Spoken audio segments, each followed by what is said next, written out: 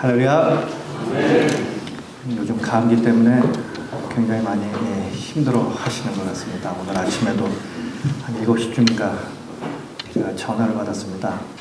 제가 감기 때문에 도저히 교회를 못 가겠습니다. 그 가족분들이 다 감기 걸리셔가지고 굉장히 힘들어 하시는 것 같습니다. 오늘 또 본사님 보셨네요. 알겠습니다.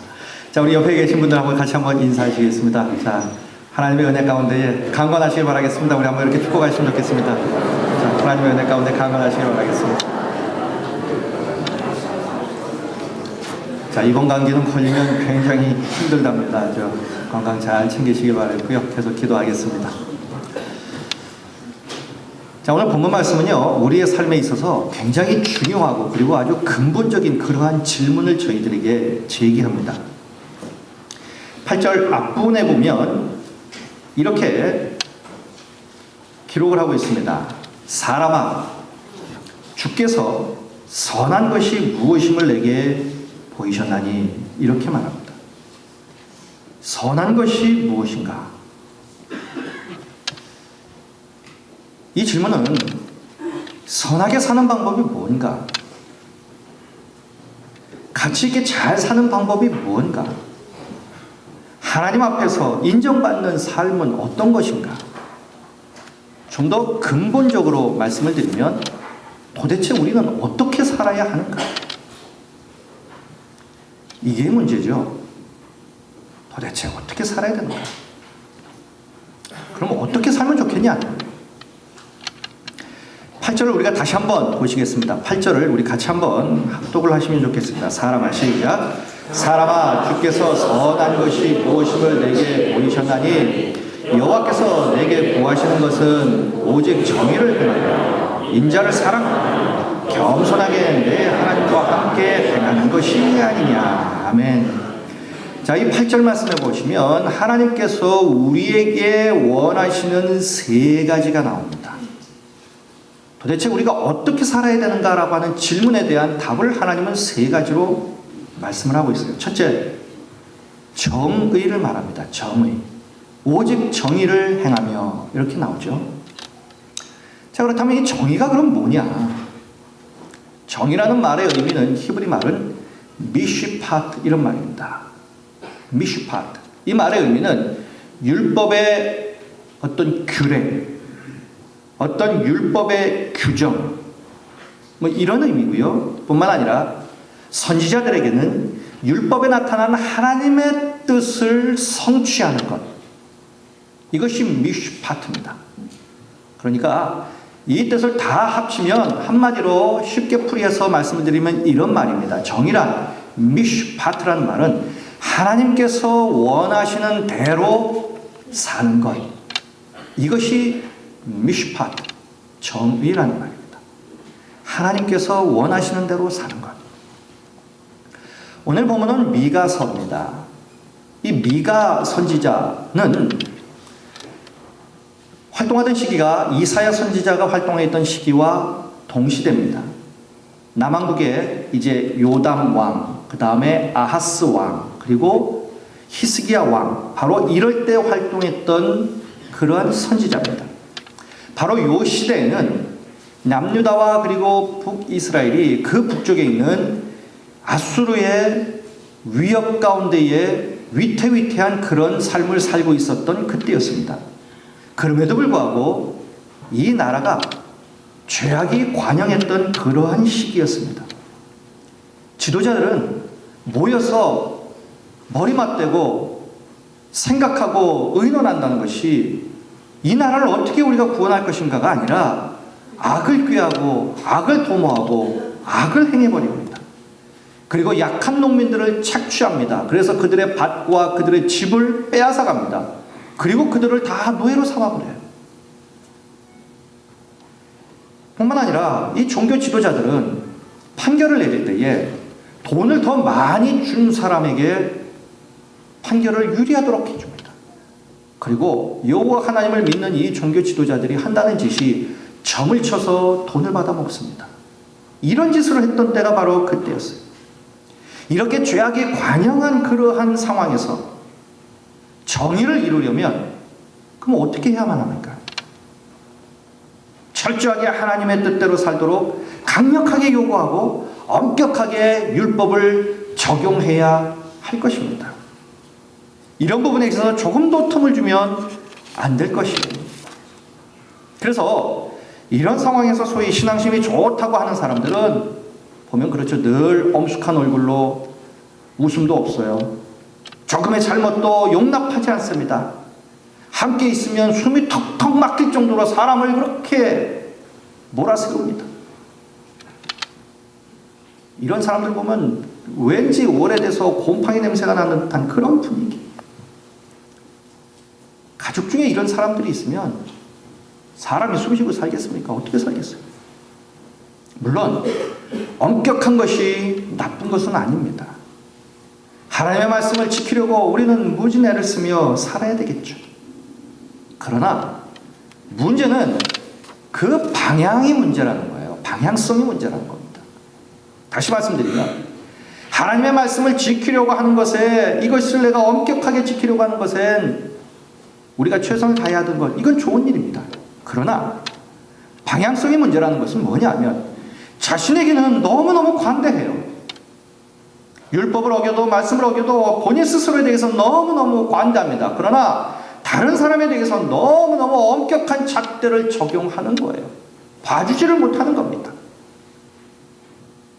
이 방향성이 문제라는 거예요.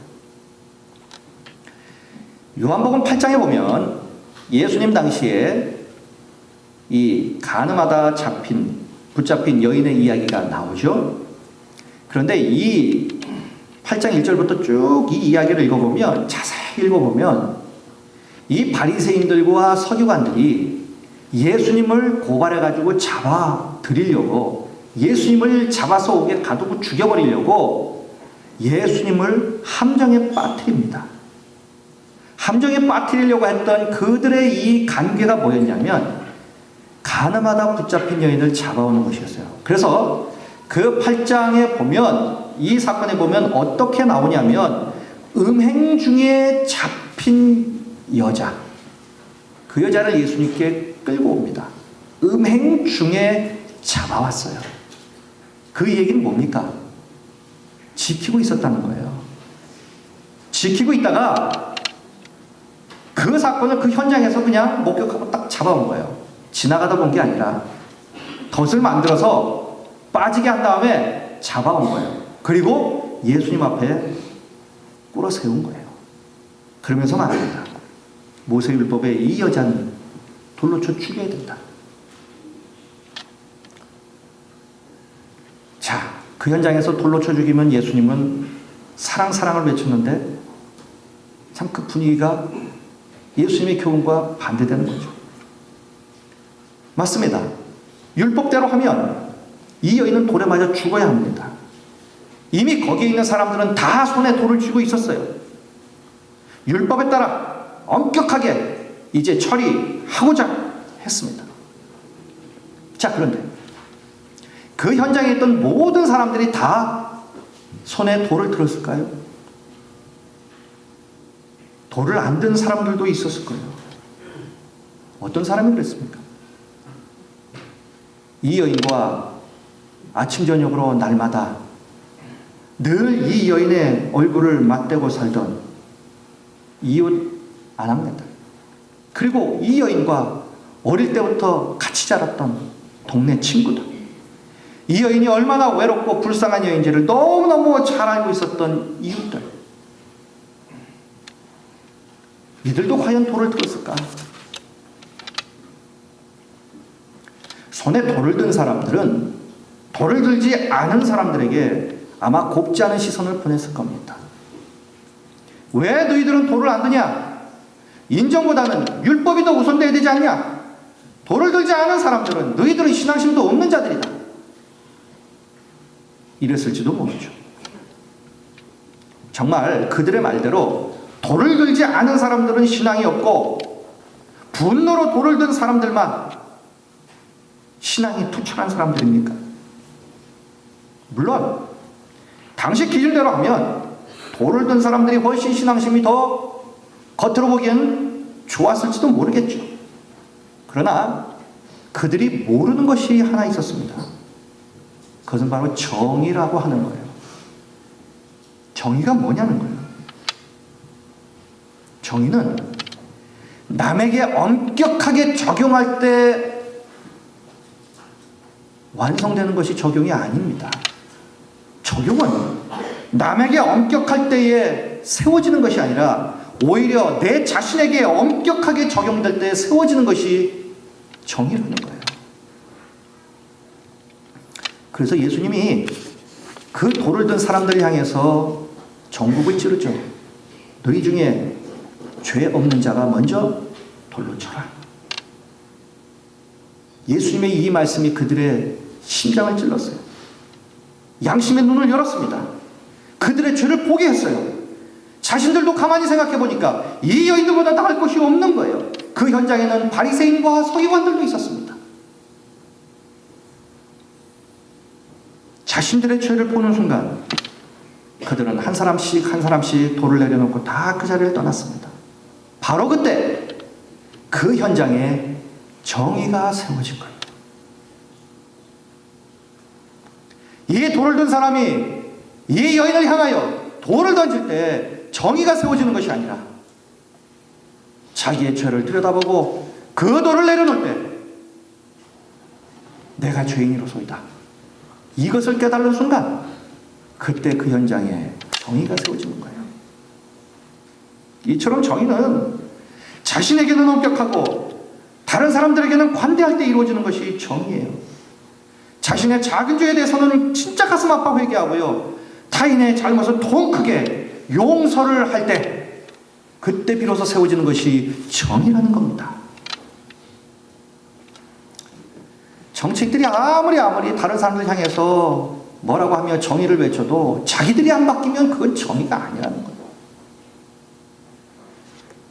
어떻게 보면 여든 야든 자기들을 향하여 먼저 우리가 국가와 국민을 위해서 우리가 이런 부분들을 잘못했다라고 스스로 인정할 때 이 사회가 그때부터 드디어 정의라고 하는 것이 세워지기 시작할 거라는 거죠.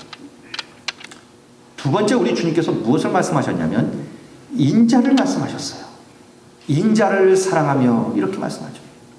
이 인자라는 히브리어는 헤셋, 이런 말입니다. 이것은 하나님의 우리에게 보여주시는 사랑이에요. 남에게 베푸는 것, 이것이 인자입니다.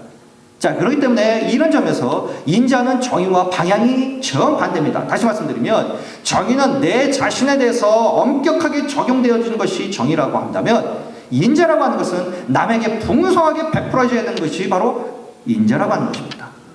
그러니까 다른 사람들을 향하여 방향을 잡고 있는 것은 인자고, 나를 향하여 방향을 잡고 있는 것은 정의라고 하는 것입니다.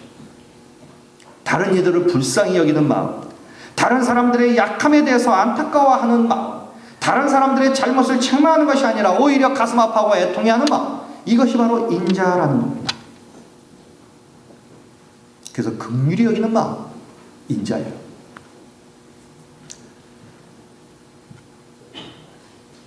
미국 뉴욕의 한 법정에 한 노인이 섰습니다. 이 노인이 이 법정에 선 이유는 돈은 없고 배는 고파서 이러다가 내가 굶어 죽겠다 싶어서 빵을 훔치다가 붙잡혀서 법정에 섰습니다. 얼마나 배가 고팠으면 빵 한 쪽을 훔치다가 잡힌 거예요. 판사는 이 노인에게 $10의 벌금형을 구형했습니다. 근데 문제는 이 노인은 빵 한 쪽도 살 수 없는 가난한 사람인지라 그때 당시에 이 $10라고 하는 이 거금, 이 벌금형을 물을 수가 없어요. 그래서 소위 몸으로 때울 수밖에 없어요. 감옥에 갈 수밖에 없었습니다. 자, 재판이 끝났습니다. 그러자 이 판사가 그냥 들어가는 것이 아니라 법복을 그 자리에서 벗더니 밑으로 내려옵니다. 그러더니 이 빵을 훔친 노인을 끌어안고 웁니다. 그러면서 이 법정 안에 있는 그 방청객들에게 이렇게 말합니다. 법복을 벗는 순간 저도 평범한 뉴욕 시민입니다. 노인으로 하여금 빵을 훔치지 않으면 안 되게 만든 우리들이 진짜 책임이 있고 우리가 죄인입니다. 그러니 제가 이 노인을 대신해서 벌금형을 제가 대신 내겠습니다. 여러분들은 이 노인을 이대로 방치한 죄로 그 책임으로 $50씩 다 내십시오. 모자가 돌아갔습니다.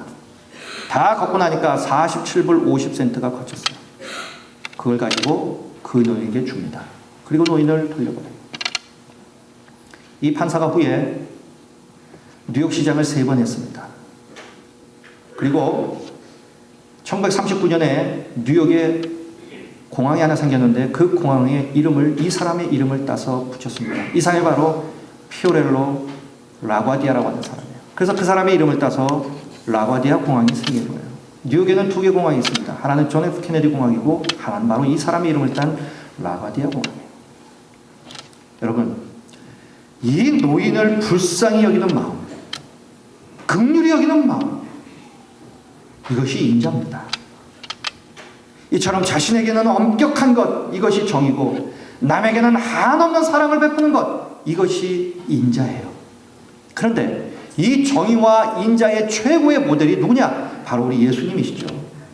예수님은 당신 자신을 향해서 너무너무 엄격하셨어요. 우리가 잘 아시다시피 우리 예수님은 죄가 없는 분이에요. 그러니까 본인 스스로에 대해서 엄격할 필요가 없는 분입니다. 그러나 예수님은 당신은 죄가 없지만 우리들의 죄를 대신 짊어지셨습니다. 우리 대신, 그래서 그분은 죄인이 되신 거예요. 그리고 예수님은 그 죄들을 적당히 넘기려고 하지 않았습니다. 적당히 해결하려고 하지 않았어요. 우리를 위하여 그분은 그 죄를 대신 짊어지고 우리의 죄값을 확실하게 그분이 대신 짊어지고 해결했어요. 십자가에서 형벌을 받으셨습니다. 이것이 정의입니다. 십자가는 우리가 달려 죽어야 할 자리입니다. 그런데 예수님은 우리를 위해 인자, 하나님의 사랑을 주시기 위해서 당신에게는 이 무서운 정의를 확고하게 적용하셔서 죽으신 거예요. 당신 자신에게는 그럴 필요가 없지만 우리의 죄값을 치르기 위해서 확실하게 당신 스스로에게는 정의를 구해놔줬고, 그리고 우리들에게는 확실한 하나님의 사랑, 인자를 베푸신 거예요. 그러니 십자가는 정의와 인자가 완성된 현장인 거예요. 그렇다면 여러분, 우리는 지금까지 그러면 어떻게 살았습니까? 혹시 우리는 예수님과 정반대로 살지는 않으셨습니까? 남들에게는 늘 엄격한 잣대를 들이대며 힘들게 하지는 않았습니까? 그러면서도 자신에 대해서만큼은 한없이 관대하지는 않습니까? 저도 이 자리에서 회개합니다. 저도 집에서도 그랬거든요. 뭐가 제 자리에 없으면 저도 늘 엄격했습니다. 옛날에 그랬어요. 지금 와 생각해보면 식구들이 얼마나 힘들었을까? 회개가 됩니다. 그러면 내 스스로에 대해 늘 관대해요. 나는 목회를 하니까 다 이해해주겠지. 또 이해해야 되고. 우리는 이렇게 반대로, 예수님과는 반대로 살지 않았습니까? 하지만 은혜를 받고 성령의 사람이 되면 이 부분이 변합니다. 스데반 집사님을 보십시오. 돌에 맞아 죽으면서도 돌을 던지는 사람을 향하여 용서해달라고 기도합니다. 주여 이 죄를 그들에게 돌리지 마옵소서 기도합니다. 이처럼 성령님은 우리에게 인자를 알게 해주십니다. 여기서 용서가 이루어지고요, 사랑이 열매를 맺게 되는 것입니다.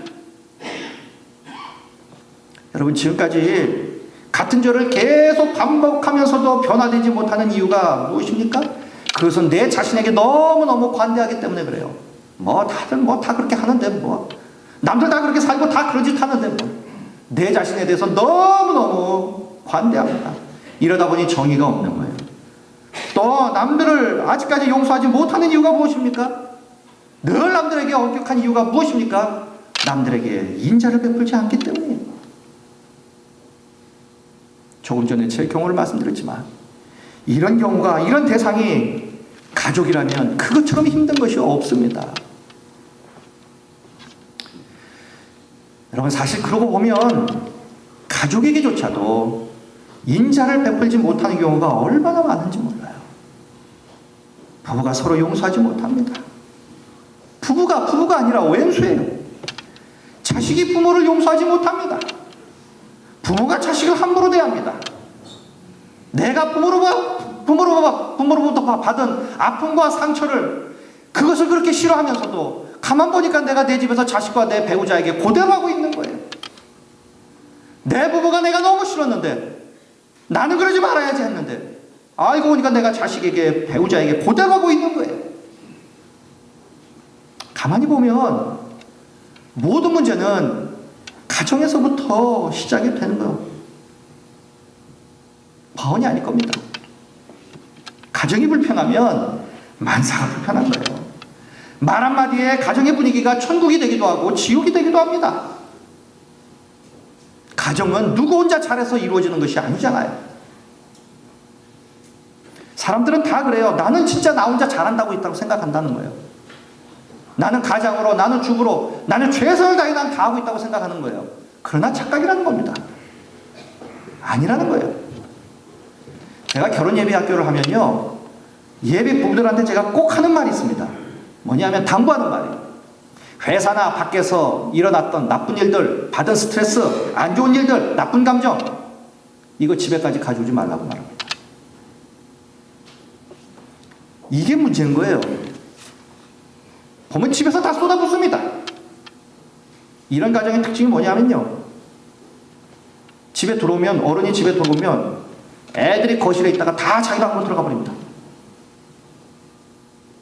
다 들어가 버려요. 늘 무서운 아빠, 화만 내는 아빠, 늘 제정신이 아닌 정신으로 오는 아빠, 싸우는 부모. 이 집안이 편할 리가 있겠습니까? 사람들이 그래요. 밖에서는 능력 있고 자상하고 친절하고 인정받습니다. 교회에서는 믿음 꽤나 있다고 합니다. 그러나 집에서는 전혀 딴 사람으로 사는 경우들이 얼마나 많은지 몰라요. 이런 경우가 우리의 경우가 아니어야 합니다. 그러면 사람들은 그래요. 저 사람 인정합니다. 저 사람 집에서 잘할 거야. 완전 딴 사람인데. 밖에서는 그렇게 친절한 사람이 집에서는 아니에요. 이런 경우가 한국 남자들한테, 한국 사람들한테 많습니다. 이런 경우가 우리의 경우가 되어서는 안 됩니다. 하나님은 우리가 정말 서로를 사랑의 눈으로 바라보면서 살기를 원해요. 이럴 때에 우리 가정이 천국이 되고요, 세상 모든 짐을 짊어지고 가는 그런 인생이어도 사랑이 있는 가정이라면 모든 것을 함께 이기고 나갈 수 있게 되는 거예요. 이렇게 되면 세상 역시 살만 나는 곳이 될 수 있는 거예요. 나에게 정의를 적용하시고요, 다른 사람들에게, 특별히 내 가족에게 인자를 적용하면서 사시길 바랍니다. 우리 이렇게 사시길 주님의 이름으로 축원드리겠습니다. 자, 그렇다면 정의를 행합니다. 인자를 베풀면 그것으로 다 되는 겁니까? 아닌 거예요. 여기까지만 하면 이 사람은 자칭 의인이 되어버립니다. 여기까지만 하면 이 사람은 자칭 의인이 되어버리는 거예요. 더 무서운 사람이 되는 거예요. 더 중요하고 더 결정적인 한 가지를 하나님이 그 다음에 말씀하세요. 8절 계속해서 보세요. 겸손하게 내 하나님과 함께 행하는 것이 아니냐, 이렇게 말해요. 이렇게 말씀하죠. 겸손히 하나님과 함께 행하는 것, 이것이 있어야 된다는 거예요. 마지막으로 이게 제일 중요하다는 것입니다. 그럼 왜 이것이 필요합니까? 자신에게는 엄격하게 정의를 행합니다. 남에게 인자를 베풉니다. 그러면 되느냐? 아니라는 거예요. 왜냐하면 우리가 행하는 정의와 인자는 턱없이 부족하기 때문에 그래요. 인간의 한계와 연약함을 가진 우리이기 때문에 그렇습니다. 그러므로 그것만으로는 안 되기 때문에 우리는 어쩔 수 없이 하나님의 긍휼하심을 우리는 입어야 된다는 거예요. 하나님의 은혜를 우리가 입어야 된다는 겁니다. 하나님께서 우리를 불쌍히 여기지 아니하시면 그 누구도 구원받을 사람이 없잖아요. 그러기에 정의와 인자를 최선을 다해 행한 후에 우리에게 반드시 있어야 될 것이 있습니다. 그것이 바로 겸손히 하나님과 함께 행해야 된다는 겁니다. 그래야 자칭 의인이 안 되는 거예요. 이런 얘기겠죠. 하나님, 저 나름대로 최선을 다해 살았습니다. 하나님의 뜻을 따라 정의와 인자를 행했습니다. 그러나 저는 아직도 부정하고 저는 부족합니다. 저는 하나님의 은혜가 있어야 합니다. 하나님께서 저를 긍휼히 여겨주셔야 합니다. 저를 불쌍히 여겨주시고 저를 받아주시옵소서, 이 마음이 있어야 된다는 거예요. 이 마음이 있어야 이 사람은 자칭 의인이 안 되는 거예요. 이런 태도로 살아가야 하는 거예요. 이것이 바로 겸손히 하나님과 함께 행하는 거예요. 그러나 많은 사람들은 교만해서요, 이런 하나님의 은혜를 구하기보다, 하나님 앞에 겸손히 자신을 낮추는 것보다 자신의 의의를 자랑합니다. 나 이렇게 사는 거야? 정의와 의의를 행해서 하나님을 기쁘게 해드릴 수 있다고 스스로 생각하는 거예요. 심지어 이들은요, 하나님께 드리는 제사마저도 무슨 대단한 자기 과시처럼 여깁니다. 하지만 이들의 제사는요, 하나님의 자비를 구하는 겸손한 제사가 아니에요. 거창한 제사로 하나님을 매수하려고 하는 그런 태도가 그들에게 있어요. 그것이 바로 6절, 7절에 나오는 내용입니다. 우리 6절, 7절 한번 또 읽겠습니다. 내가 시작. 내가 무엇을 가지고 여호와 앞에 나아가며 높으신 하나님께 경배할까? 내가 번제물로 1년 된 송아지를 가지고 그 앞에 나아갈까? 여호와께서 천천의 순양이나 만만의 강물 같은 기름을 기뻐하실까? 내 허물을 위하여 내 맏아들을 내 영혼의 죄로 말미암아 내 몸에 열매를 드릴까? 그들은요, 가장 좋은 송아지, 1년 된 송아지, 천천의 순양, 만만의 강물 같은 기름, 심지어는 자식을 들여도 하나님의 마음을 그들이 살 수 없다는 것을 그들은 모르고 있었단 말이에요. 자기네들이 잘하고 있는 줄 알았단 말이에요. 나는 진짜 잘하고 있는 줄 알았단 말이죠. 근데 그게 아니라는 겁니다. 여러분, 우리 모두는 어차피 하나님 앞에서 다 부족한 사람들이에요. 그러기에 우리는요, 겸손한 우리를 격려하시는 자비로우신 하나님께 겸손히 무릎을 꿇고 살아야 합니다. 그래야 하나님의 긍휼하심 가운데에 하나님이 주시는 그 크신 은혜와 행복과 축복을 받아 누리며 사는 그런 인생이 될 수 있는 거예요. 오늘 제가 말씀드린 이 세 가지를 모아서 말씀을 드리면 이렇게 될 겁니다. 하나님이 우리를 향해서 말하는 거예요. 얘들아, 좀 잘 좀 해봐라. 왜 맨날 좀 그러냐? 너 자신을 좀 똑바로 좀 잘 세워나가고 좀 그렇게 살아라. 그리고 다른 사람들에게, 그리고 특별히 네 가족들에게 좀 잘 좀 하면서 좀 살아가라. 내가 좀 배필이고 자식이고 부모들 아니냐. 누가 뭐라 해도 보면 가족밖에 없는 거야. 그러니 좀 잘 좀 대해주고 좀 살아라. 그리고 나중에 나한테 와라. 내가 널 이젠 돌봐줄게. 그리고 남에게 너무 그렇게 차갑게 굴지 말고 좀 따뜻하게 좀 그런 마음으로 좀 살아봐라. 그리고 나머지 네 인생 내가 책임져 줄게. 이것이 지금까지 말씀드린 이 세 가지를 다 버무려서 정리해서 드린 말씀이에요. 이것이 우리를 향한 하나님의 마음이에요. 이렇게도 제가 또 말씀드리고 싶습니다. 어느 아들이 하나 있어요. 학비가 필요합니다. 학비를 벌려고 아르바이트를 열심히 합니다. 새벽부터만 나가서 저녁 늦게까지 열심히 학비를 벌려고 아르바이트를 합니다. 이 아들을 향해서 이 아버지가 이렇게 말해요. 그래, 돈 벌기 힘들지? 돈이라는 게 그런 거야. 너도 돈이 뭔지를 알아야지. 한 푼이라도 아껴서. 자, 이것이 정입니다. 그렇지만 어려운 친구 만나면 밥이라도 함께 사주고 돈이라도 몇 번 좀 쥐어줘라. 살면서 돈 때문에 너무 그렇게 짜게 굴고 그렇게 살지 마. 돈 벌벌벌 떨지 그렇게 살지 마. 좀 베풀며 살아. 이것이 인자입니다. 그럼 이렇게 생각하겠지. 나 학비 벌려고 아르바이트 하는데요. 그 학비가 모자란다고? 그럴 땐 아빠한테 와. 아빠가 줄게. 이것이 바로 겸손히 하나님과 함께 사는 것, 하나님의 은혜를 구하며 사는 것, 그거라는 거예요. 하나님은 우리가 이렇게 살기를 원합니다. 오늘 우리는 하나님이 원하시는 세 가지 봤어요. 나에게 정의를 실현하고, 다른 사람들을 향하여 사랑, 인자를 베풀고, 그리고 하나님 앞에서 겸손히 무릎을 꿇어 하나님과 함께 살아가라고 말씀합니다.